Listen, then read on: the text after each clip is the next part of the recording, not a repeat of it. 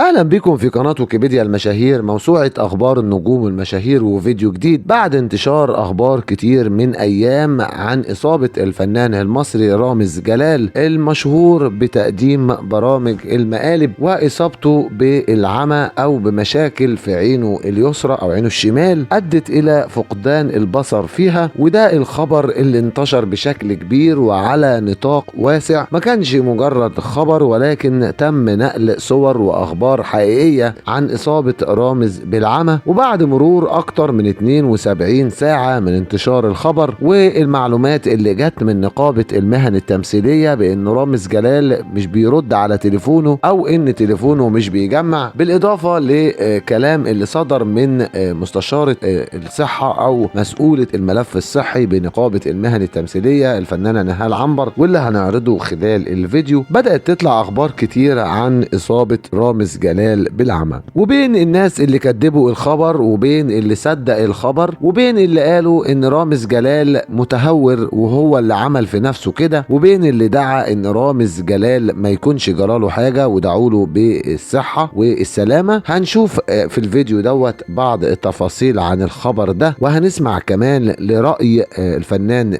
ياسر جلال شقيق رامز، واللي قال الخبر اليقين في الموضوع دوت وطلب من الجمهور الدعاء لرامز شقيقه بان ربنا سبحانه وتعالى يشفيه بعد الاخبار اللي خرجت عن اصابته بالعمى. وهنعرف كمان ايه علاقة المستشار مرتضى منصور باللي حصل لرامز جلال وايه الكلام اللي قاله المستشار مرتضى منصور في اعقاب الاخبار دي. بس قبل ما نبدأ الفيديو اللي معانا، يا ريت لو دي اول مرة ليك في القناة تنزل تحت الفيديو وتشترك في القناة وتفعل الجرس للكل عشان تقدر تتابع كل اخبار النجوم والمشاهير الحصرية لحظة بلحظة. واتمنى تدعمنا بلايك للفيديو، وما تنساش تقول لنا رايك في الكومنتات عشان نفضل دايما على تواصل. النهارده الصبح ومع بدايه مباريات كاس العالم فيفا قطر 2022 اتفاجئنا بان اسم الفنان رامز جلال بيتصدر ترند على محرك البحث الشهير جوجل، وده بعد ما ضجت مواقع التواصل الاجتماعي خلال الساعات القليله الماضيه بانباء عن فقدانه البصر، وتحديدا اصابته بعمى كلي في عينه اليسرى واعتزاله التمثيل. الخبر ده منتشر من اكتر من 3 ايام زي ما قلت لحضراتكم، ولكن عدم خروج اي تصريحات لا من رامز ولا من شقيقه ولا حتى اي حد من نقابة المهن التمثيلية تنفي او تأكد الخبر ده خلى الخبر يكبر لدرجة انه بقى حقيقي.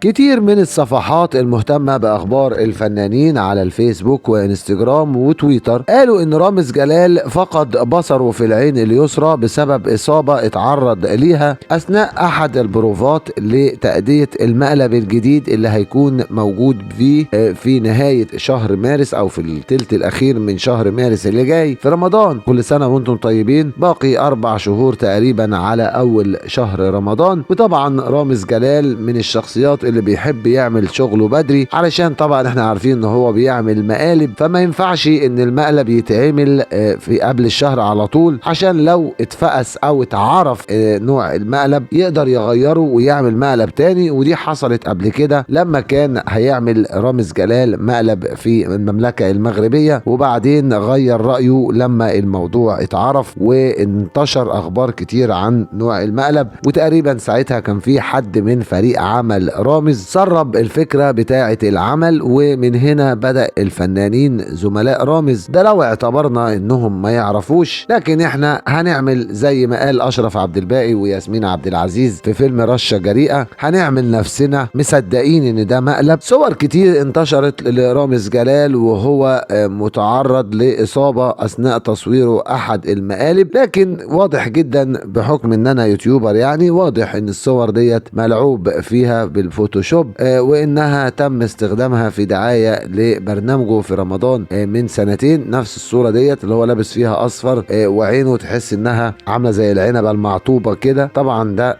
كلام غير صحيح. وبعدين الصورة دي انتشرت قبل كده على اليوتيوب من فترة في احدى القنوات اللي مش عايز اقول اسمها يعني، نزلت الكلام دوت قبل كده وقالت ان هو كان اصيب وده انتقام ربنا منه علشان قال ايه بيعبث باعصاب زملائه الفنانين. المستشار مرتضى منصور رئيس نادي الزمالك اكد ان مفيش عبث بالاعصاب ولا حاجة، وقال الموضوع دوت على سبيل الصدفة لما قال ان لاعب النادي الزمالك السابق وحارس مرمى نادي نادي البنك الاهلي الحالي محمد ابو جبل كان جه مره وطلب منهم الباسبور، فقعدوا يسالوا عايز الباسبور ليه، وظنوا ان هو رايح عشان يتعاقد مع نادي النصر السعودي، لكن اتضح ان ابو جبل كان عايز الباسبور. لما ضغطوا عليه وقالوا له مش هنديك الباسبور الا لما تقول رايح فين، فقال لهم انا رايح اعمل حلقه مع رامز جلال وهاخد فيها قرشين. ومن هنا اتعرف ان اللي بيطلع من مصر عشان يعمل مقلب مع رامز جلال بيبقى عارف انه هيعمل مقلب من وهو لسه في مصر، وكلنا اكيد عارفين القصص دي كلها. لكن عدم تاكيد او نفي رامز جلال او شقيقه ياسر جلال لتلك الانباء المتداوله، وده زود الامر غموض لوصف الشائعات اللي بيطمن جمهور صاحب المقالب الرمضانيه المرعبه في السنوات الاخيره. نقابه المهن التمثيليه لم تحرص على توضيح امر اصابه رامز جلال سواء بالتاكيد او بالنفي، وعلقت الفنانه نهال عنبر المسؤوله عن الملف الصحي بنقابه المهن التمثيليه بالتاكيد بانه لم يرد اليها اي شيء يتعلق بتعرض رامز جلال باصابه بالغه، معتبره ان ما يجري تداوله مجرد شائعه، لكنها انتهت في كلامها الى انها قعدت 72 ساعه بصفتها مسؤوله الملف الطبي او الصحي، قعدت حاولت تتصل بالفنان رامز جلال بقالها 3 ايام ما بيردش، وشقيقه تليفونه ما بيردش ايضا، وما فيش اي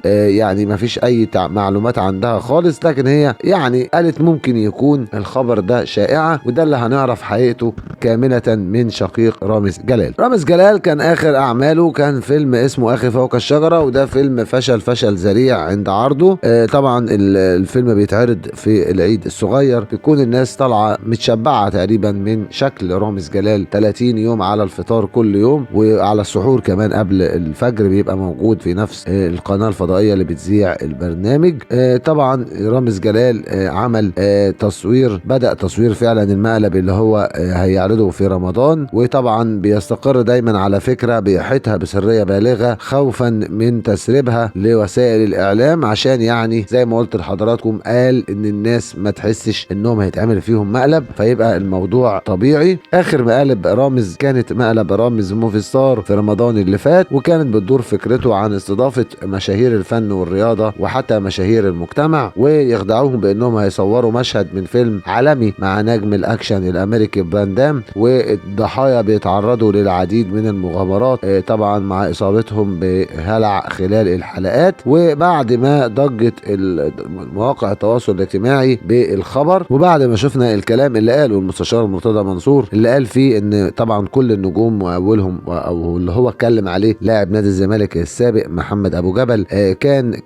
كلم امير ابنه علشان ياخد جواز السفر، بيقول لما سالناه قال ان عنده حلقه مع رامز. وقتها وقفوا المذيع سيد علي وقال له ازاي معنى كلامك ان الناس بتبقى طالعه من هنا وعارفه ان هم رايحين يقابلوا رامز؟ قال له طبعا كل الناس بتبقى عارفه ان هو مقلب وبيضحكوا علينا. احد المواقع الاخباريه وصلت مع شقيق رامز جلال الفنان ياسر جلال لاستبيان حقيقه الامر، واكد ياسر ان ده خبر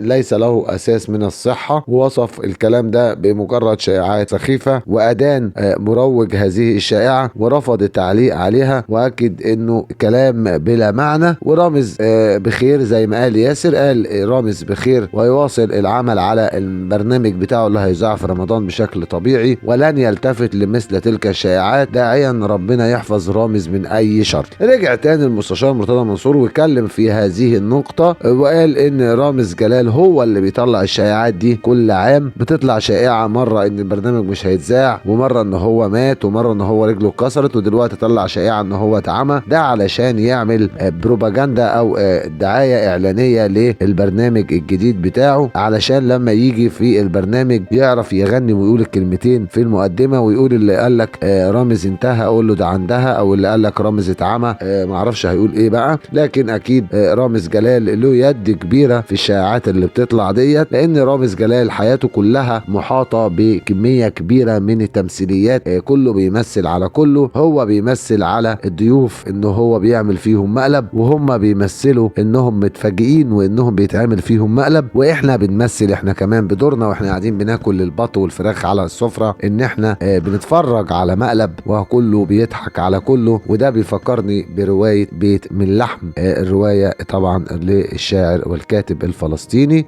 طبعا روايه جميله انصحكم تقروها، هتشوفوا فيها حقيقه اللي بيحصل مش بس في رامز جلال او في برنامج رامز جلال، هتعرفوا اللي بيحصل حوالينا كمجتمع عربي في كل المجالات. وبكده تيجي نهاية الفيديو اللي معانا، يا رب ينال اعجابكم. استنوني في فيديو جديد ان كان في العمر بقية، واخر كلامي سلام عليكم.